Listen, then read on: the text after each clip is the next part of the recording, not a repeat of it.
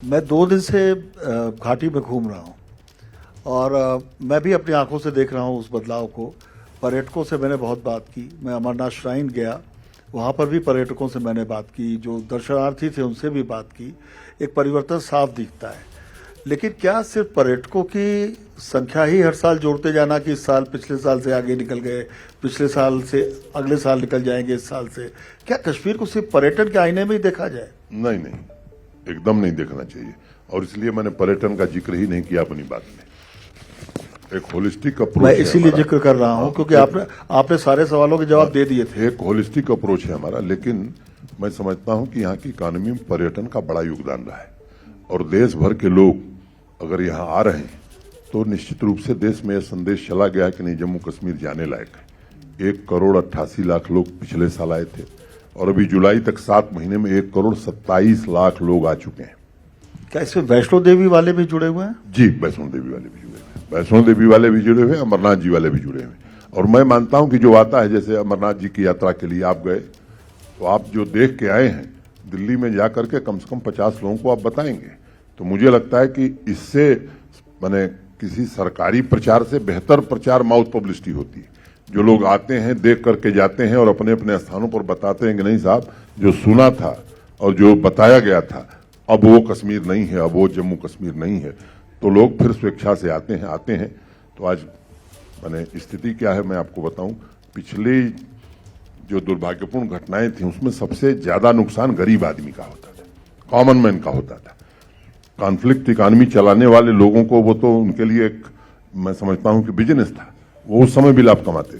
लेकिन पर्यटक आया है तो आप शिकारे वाले से पूछिए, उसके चेहरे की मुस्कान आप देख सकते हैं। हाउस बोट वाले को देखिए, रेहड़ी वाले को देखिए, ऑटो चलाने वाले को देखिए, टैक्सी चलाने वाले को देखिए, छोटे होटल वाले को देखिए, छोटे रेस्टोरेंट वाले को देखिए, इन सबके चेहरे पर खुशी आई है। तो गरीब आदमी, कॉमन मैन, निश्चित रूप से इसका लाभ उसको मिला है। और पर्यटन का यहाँ की इकॉनमी में बड़ा योगदान है, वो योगदान और आगे बढ़े। एक G20 का मैं जिक्र कर रहा था। फॉरेन टूरिस्ट की संख्या यहाँ पहले बहुत आते थे, अब कम हो गई। G20 के आयोजन से मैं समझता हूं कि जो लोग आए थे, एक तो वो टूरिज्म वर्किंग ग्रुप की बैठक थी, लेकिन सबसे ज्यादा पार्टिसिपेशन ये है, 27 देश के लोग आए। एक देश ने बहिष्कार किया, नहीं तो एक के अगर अधिकारी नहीं आए थे तो सामान्यतः टूरिज्म प्राइवेट ऑपरेटर्स, तो प्राइवेट ऑपरेटर्स जरूर आए थे।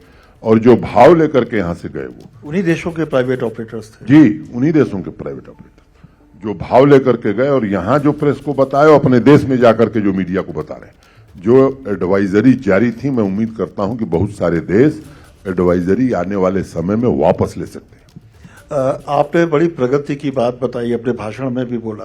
पर्यटन की बात हम सब करते हैं, लेकिन प्रगति, पर्यटन और पर्यावरण में एक संतुलन की आवश्यकता है। मैं एक बात फील करता हूं जब भी पहाड़ों पे जाता हूं, सिर्फ यही नहीं, सारी जगह। जैसे मैंने फील किया कि यहाँ पे कोई बोतल उस तरीके की नहीं है प्लास्टिक की, लेकिन हर जगह प्लास्टिक की बोतलें पड़ी हुई हैं बड़ी संख्या में। और इवन नदियों के रास्ते बदल रहे हैं उनकी वजह से। इस पर सरकार की कोई पॉलिसी है? निश्चित रूप से इकोलॉजी हमारे लिए सर्वोच्च प्राथमिकता है। और कल आप गए थे बाबा अमरनाथ का दर्शन करने। मैं आप ही से समझना चाहता हूं कि आपको कहीं दिखाई पड़ा कि पर्यावरण के साथ कोई छेड़छाड़ हो रहा है? क्या पूरी यात्रा के रूट में आपने ये नहीं महसूस किया कि इसका इतना ध्यान रखा गया है कि कोई भी इस यात्रा के कारण पर्यावरण पर दुष्प्रभाव न पड़े? मैं समझता हूं, मैं इसलिए ये बात कर रहा हूं कि आप खुद गए हैं, आप उसके साक्षी हैं, और आप जब ये बात बताएंगे तो लोगों को ज्यादा समझ में आएगी। मैं तो ये कहूंगा ही कि हमारे प्रशासन की ये सर्वोच्च प्राथमिकता है कि इकोलॉजी को भी हमें, और फॉरेस्ट कवर की अगर मैं बात करूं तो देश का जो नेशनल एवरेज उससे कहीं बेहतर है। और हर साल हम 2 करोड़ पेड़ नए लगा रहे हैं। वाटर बॉडीज को रिवाइव करना, और यहाँ पुराने समय में जल परिवहन एक बड़ा माध्यम था, और अगली बार जब आप आएंगे तो ईश्वर ने चाहा, बाबा अमरनाथ ने चाहा, तो जल परिवहन के माध्यम से ही आपको श्रीनगर के बाहर घुमाने का काम यहाँ के लोग आपको करेंगे। जैसे ही घड़ी का काटा दोपहर 2:30 पे आए, बबीता जी का दिल सास बहू साजिश के लिए मचल जाए। और ये है इनकी बहू, पूरे दिन ऑफिस की टेंशन हो जाए गॉन जब ये करें अपना फेवरेट शो फ्री टाइम पे ऑन। इनकी तरह आप भी देखिए अपना फेवरेट शो अपने टाइम पर और डाउनलोड कीजिए एबीपी लाइव ऐप अपने स्मार्ट टीवी पर।